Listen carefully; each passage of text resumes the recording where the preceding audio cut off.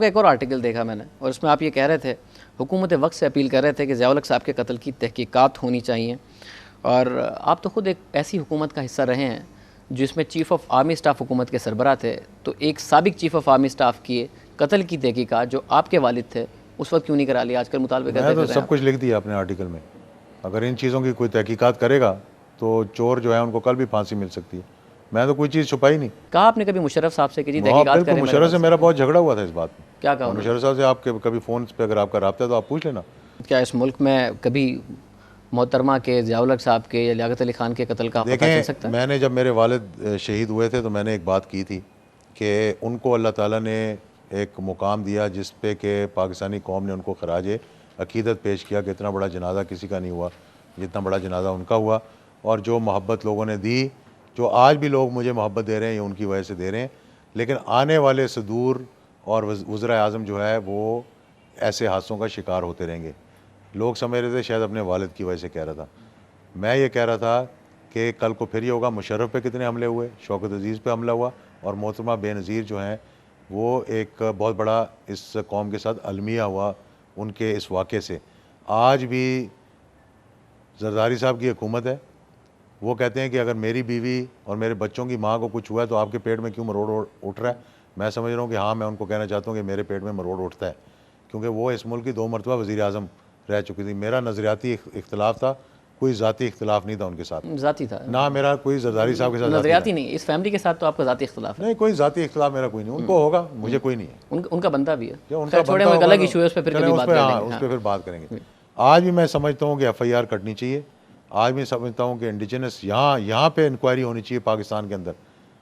एक SHO को भी अगर आप दे दें तो कल को आपको वो बता देगा, अक़वाम मुत्तहिदा कभी आपको नहीं बता सकेगी। फाइनल मुझे एक बात बताइए, आप पार्टी लॉन्च कर चुके हैं, डिफरेंट क्या है? अवाम बेजार हैं इस बात से कि जी यहाँ के लीडर्स डिक्टेशन लेते हैं।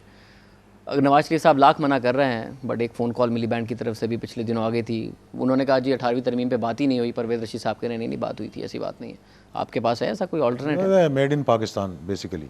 हम तो यहाँ के रहने वाले हैं, मतलब इस मुल्क में पले बड़े हैं। हमने अपने आप को 88 के बाद एहतसाब के लिए पेश किया, कभी मुल्क से बाहर नहीं गए, आवाम की सियासत की है, मिडिल क्लास बैरून मुल्क के इंस्टीट्यूशंस में काम कर चुके हैं जी, बहुत काम किया अल्लाह के फजल करम से, और आज भी इज़्ज़त है, ऐसी कोई बात नहीं है। इस मुल्क में अवाम उन लोगों को वैसी शक की निगाह से देखती है जिन्होंने IMF, वर्ल्ड बैंक वगैरह में काम किया। हाँ, मैं बैंक ऑफ अमेरिका के साथ था, मुझे बड़ा I am proud of it कि मैं professionally I was good enough. ये बात जलसों में मत कहिएगा, वोट नहीं पड़ेगा। नहीं, इसमें ज़्यादा वोट पड़ता है मुझे। उन्होंने कहा कि एक इतने बड़े मनसब को छोड़कर एक आदमी यहाँ अपने मुल्क में वापस आ गया और फिर कभी भाग के नहीं गया।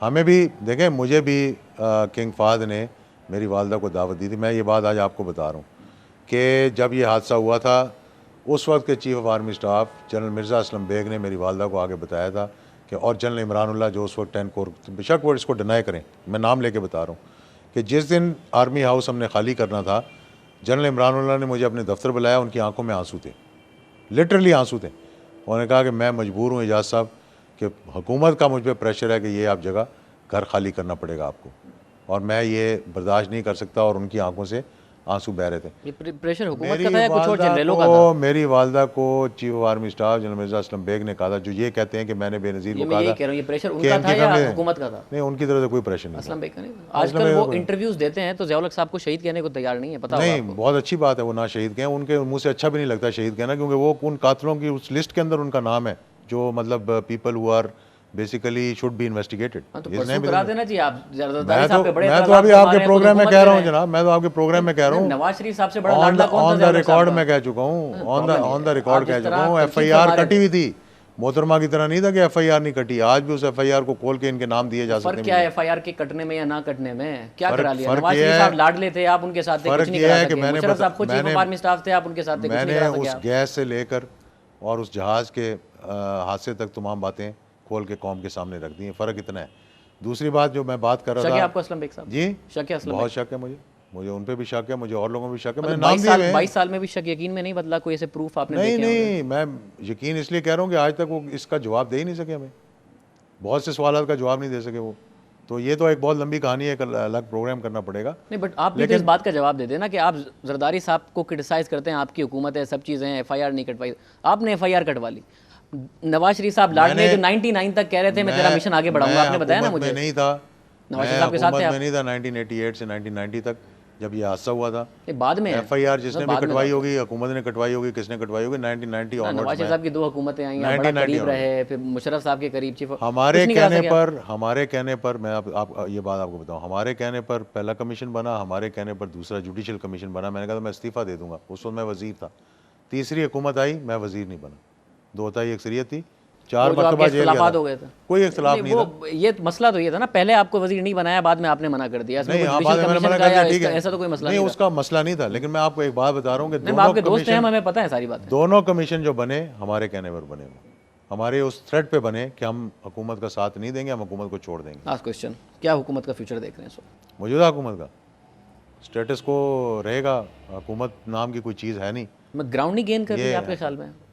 कल तक अमेरिका कहता था डू मोर, आज नहीं कह रहा। डोमेस्टिक फ्रंट पर 17वीं तरमीम रिवर्स कराने ये जा रहे हैं, अब उल्टा क्रिटिसिज्म नवाज शरीफ साहब पर हो रहा है, ग्राउंड नहीं गेन कर रही? तिफल तसलियाँ मैं समझता हूँ अपने आप को देने के लिए हैं। जब तक हुकूमत, मैं कहता हूँ इस हुकूमत को अपना टेन्योर पूरा करना चाहिए। मैं कोई मिड टर्म इलेक्शंस का नारा नहीं लगा रहा कि मुझे अभी 2 साल चाहिए काम करने के लिए। मैं ये कह रहा हूँ कि मौजूदा हुकूमत को अब भी अवाम के मसाइल पे तवज्जो देनी चाहिए, और अब ये ब्लेम गेम ख़त्म कर दें कि ये उस वक्त ये हुआ और उस वक्त ये हुआ और फ़लाँ ने ये किया। They have the opportunity, they should deliver. साहब, अब तो ये एतराज़ आप करें नवाज शरीफ साहब पर कि जी आप 2 साल तक कहते रहे कि 17वीं तरमीम सबसे अहम इशू है, फिर हम अपोजिशन करेंगे अवामी इशूज़ पर। अब जब 17वीं तरमीम सब रिवर्स करने जा रहे हैं तो नवाज शरीफ साहब ने रोड़ा अटका दिया है। नवाज तो उनसे शरीफ गए साहब आप? को पहले दिन से अपोजिशन की सियासत करनी चाहिए थी। मुस्लिम लीग और पीपल्स पार्टी नज़रियाती तौर पर कभी इकट्ठी नहीं चल सकती। ये मैं आज ऑन द रिकॉर्ड कह रहा हूँ कि उनकी बहुत बड़ी गलती थी कि चार्टर और डेमोक्रेसी के उसके अंदर आकर, धोखे में आकर उन्होंने अपनी सियासत को नुकसान पहुंचाया। काम तो अच्छा किया ना उन्होंने, मुशर्रफ साहब को बाहर कर दिया, उसके बाद अलग होकर प्रेशर मुशर्रफ साहब को बाहर करने से क्या, उन्होंने वैसे ही बाहर हो जाना था। क्या बाहर कर दिया उनको? कैसे बाहर हो जाना? क्या किया वो? आज लंदन में बैठे हैं बड़े मजे से। तो पॉलिटिक्स से तो बाहर कर दिया ना जी। पॉलिटिक्स से बाहर क्या किया? वो कल को कह रहे हैं मैं अपनी जमात बनाने के लिए आ रहा हूँ पाकिस्तान। ऐवान सदर से तो निकाल दिया, उन्होंने मिलकर ही निकाला ना, वरना कैसे निकलते? ऐवान सदर से तो वैसे जरदारी साहब ने अपनी होशियारी से निकाला है, नवाज शरीफ साहब ने नहीं निकाला। आप जरदारी साहब को क्रेडिट देते हैं? मैं इस बात का क्रेडिट उनको देता हूँ कि उन्होंने PMLN को इस्तेमाल किया, अपने सारे मामला तय करवा लिए, और बाद में उनको कहा जी कि ये कोई कुरान और हदीस नहीं थी। ये सारी चीज़ें ऑन द रिकॉर्ड है, मैं नई बात नहीं कर रहा आपके साथ। हाँ सर, बहुत शुक्रिया, थैंक यू।